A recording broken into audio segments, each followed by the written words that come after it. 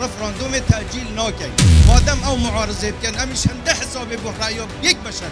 ام رفراندومي انجام دراوة نبو فرض كردني امري واقعه و نبو دياري كردني سنورة دوالا برز حيدر عبادي و همو هزو لانكاني عراقي دكم درجه حوار دانخم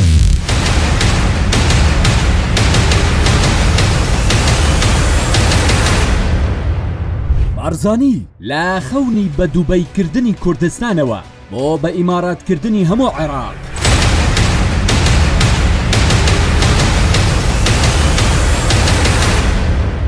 تەنیا 4 ساڵ بەر لە ئێستا و لە مانگی ئەیلول شەقام و شار و کوچە و کۆڵان وەڕەپان و شاشەی تیڤی و پەیجەکانی سۆشیال میدیای پڕ بوو لە وێنە وتار و کەرنەڤاڵەکانی بارزانی و پڕ بە قوڕگی هاواری دەکرد دەوڵەتی کوردی ڕادەگەیەنێت.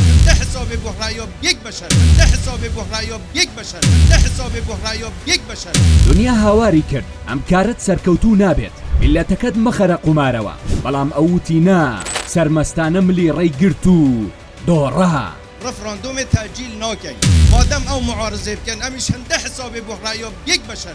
ام رفراندومي انجام دراوة نبو فرض كردني امري واقعه و نبو دياري كردني سنورة دوالا برز حيدر عبادي و همو هزو لانكاني عراقي دكم درجه حوار دانخم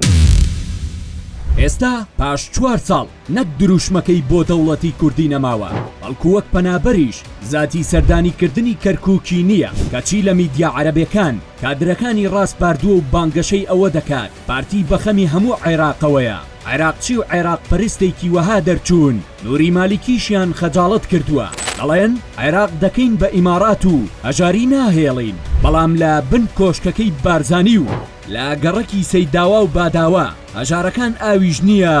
بیخۆنەوە بیر لەمە هاو نەما لۆ لەمە سولان مەزرەحەنە لۆ لەمە لۆ بەنوعەیمە سەرکەوت شەمسەدین کە بەتونترین و ڕاشکاوترین سیاسی و پەرلەمانتاری کورد لەژی سیاسەتەکانی پارتی دەناسرێت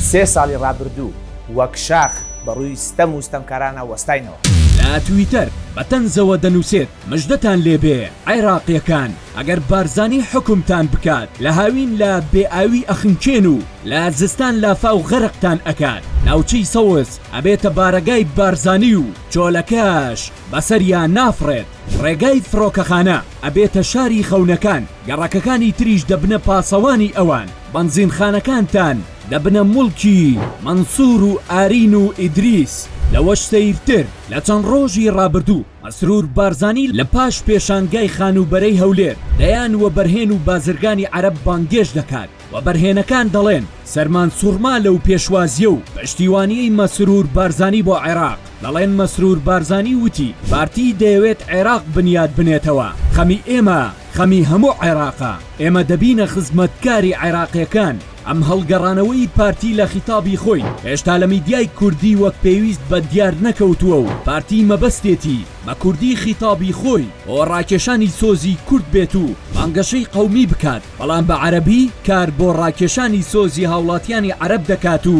دەیەوێت دەستی بەنانە چەورەکەی بازاری عێراق بگات ئەم خەونی گەڕانەوەیە بۆ بەغدا پاش ئەو لۆبیە بەهێزەی هاوپەیمانی هیوا و سەرکەوت شەمسەدین و غالب محەممەد دێت دەژی کۆمپانیاکانی بارزانی لە بەغدا کە زیانی 100 ملیۆن دۆلاریان لێداون ئێستا